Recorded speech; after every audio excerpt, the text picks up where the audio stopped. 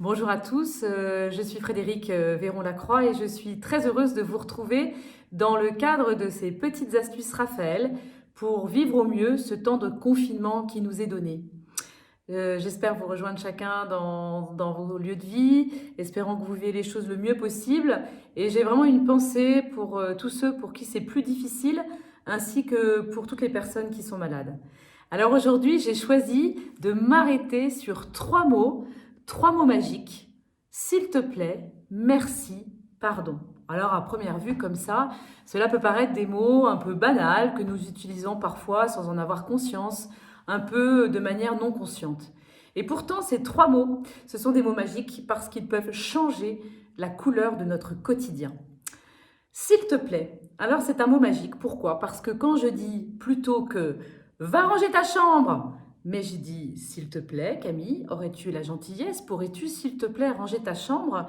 Il me semble que déjà la forme, évidemment, va être très différente et que la personne en face de moi, que ce soit mon conjoint, mais en l'occurrence là mes enfants, vont recevoir cette demande de manière très différente. Savoir demander pour que l'autre ait la liberté d'y répondre ou pas, et surtout puisse prendre de la distance et pouvoir y répondre quand il le souhaite.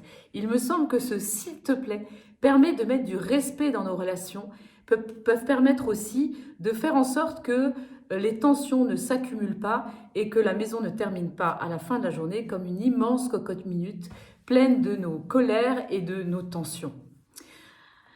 Après le mot s'il te plaît, un mot magique. Le mot merci, savoir dire merci. Voilà qui peut sembler aussi extrêmement banal. Mais ce mot-là, il nous aide à nous éduquer à la gratitude, à savoir au fond remercier celui qui fait quelque chose pour moi. Combien de personnes me disent en entretien, si vous saviez, je fais plein de choses chez moi, mais personne ne le voit. Pourquoi? Parce que personne ne me le dit. Je crois que quand on sait dire merci à une personne qui m'a rendu service ou qui a fait quelque chose pour moi, la personne va se sentir reconnue et va se sentir aimée du fait que moi j'ai pu voir ce qu'elle a fait et de pouvoir lui rendre par ce merci une forme de gratitude à la personne en face. Un merci. Et puis, parfois, malgré tous les s'il te plaît et tous les merci de la terre, il y aura des moments où nous allons blesser l'autre, où les tensions vont se faire plus fortes, où elles vont davantage s'accumuler. Et voilà qu'un troisième mot magique s'ouvre à nous, c'est le mot pardon.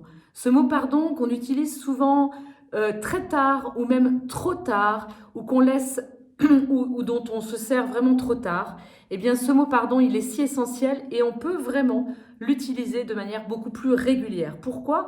Parce que en le disant plus facilement et plus souvent, eh bien ça va nous permettre de vider de vider la corbeille au fond de nos amertumes, de nos colères, et on va pouvoir reconnaître que nous avons blessé notre conjoint, nos enfants, de pouvoir lui dire régulièrement, un peu comme si on faisait de la gym tous les jours, eh bien régulièrement je dis, en fin de journée, voilà, là j'ai pas été sympa, j'ai bien vu à midi, voilà, je faisais la gueule, j'étais pas au top de ma forme et j'ai bien vu que j'ai pas été sympa pour toi, et bien pour ça je te demande pardon.